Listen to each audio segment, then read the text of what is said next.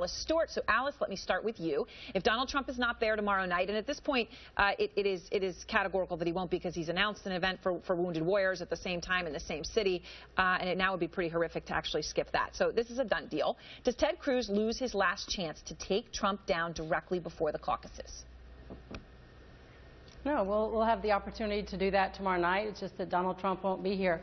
What I find ironic in all of this, Aaron, is the fact that Donald Trump, someone who several times relied on student deferments to dodge Vietnam, is now hiding behind veterans to dodge a debate.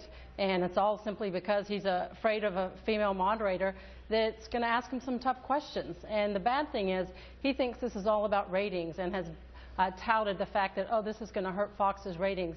The reality is this is about respect for the process, respect for the people of Iowa and the American people who have relied on this last important debate before the caucus as an opportunity to see the candidates on stage together, showing their contrasts on the and pleading their case, and he's depriving them of that opportunity.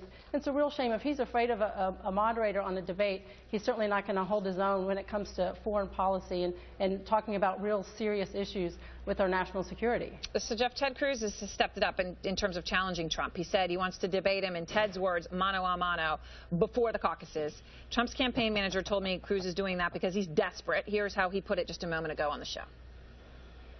Ted Cruz is the last man standing next to Donald Trump. We'll be happy to debate him. You know, what this comes down to is Ted Cruz's campaign has been desperate. It's been falling apart in the state of Iowa. He's talked about how great his ground game is and how many people he has on the ground. And his poll numbers continue to drop because people are starting to question if he even has the legal right to run for president of the United States. Earlier, Trump responded by saying, sure, he'd go ahead and do the debate and do it in Canada. You know, Jeff, should he take this more seriously and not dismiss Ted Cruz, who he is running neck and neck with in Iowa? Yeah, well, I don't think he's dismissing Ted Cruz. I mean, I think he's got a good ground game out there. He's on the attack. This is what you do in presidential primaries. This is completely normal, believe it or not. So I don't think there's anything new about this, and he is going to go after Ted Cruz. Ted Cruz is going to go after him. I think he's made the right decision here.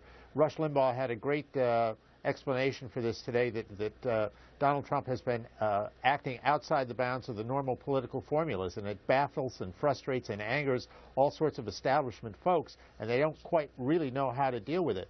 And I think Senator Cruz, who's a very smart guy, and I like him a lot, I think he's sort of left here trying to figure out what to do, so he's grabbing the first thing that he can think of here, which was challenging that debate, but I'm not sure that's going to work. You know, at some point, this stage, without Donald Trump, is going to look... It might look empty and it might be lonely, but it could be the biggest mistake that he makes. It could cost him Iowa. Like, you've compared Donald Trump to Ronald so many times, right? Because you worked with Ronald Reagan.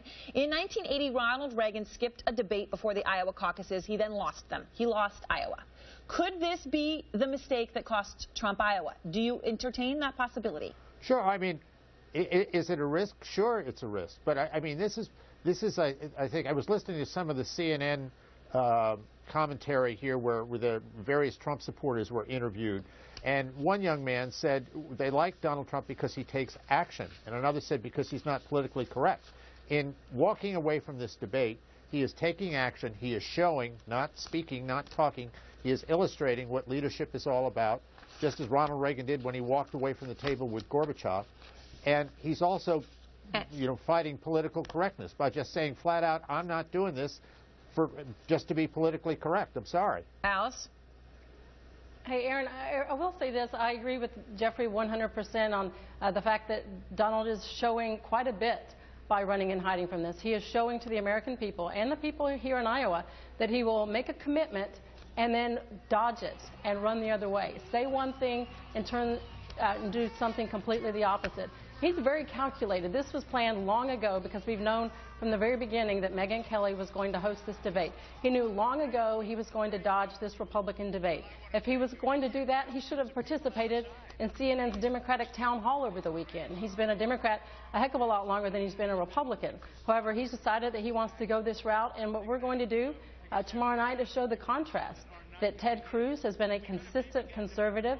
He has been strong on the issues his entire life, as opposed to Donald Trump, who has contributed tens of thousands of dollars to Democrats over the years. Okay. He has supported abortion. He has supported gay marriage. He is certainly much more of a Democrat than he is a Republican. And he didn't want to go up on that stage tomorrow night and have Ted Cruz pointed out just a few days before the caucuses. All right. Thanks very much to both of you. I have to say the one thing I don't understand. If Donald Trump was willing to debate right after the whole Muslim fracas, you would think he'd be willing to debate now. If it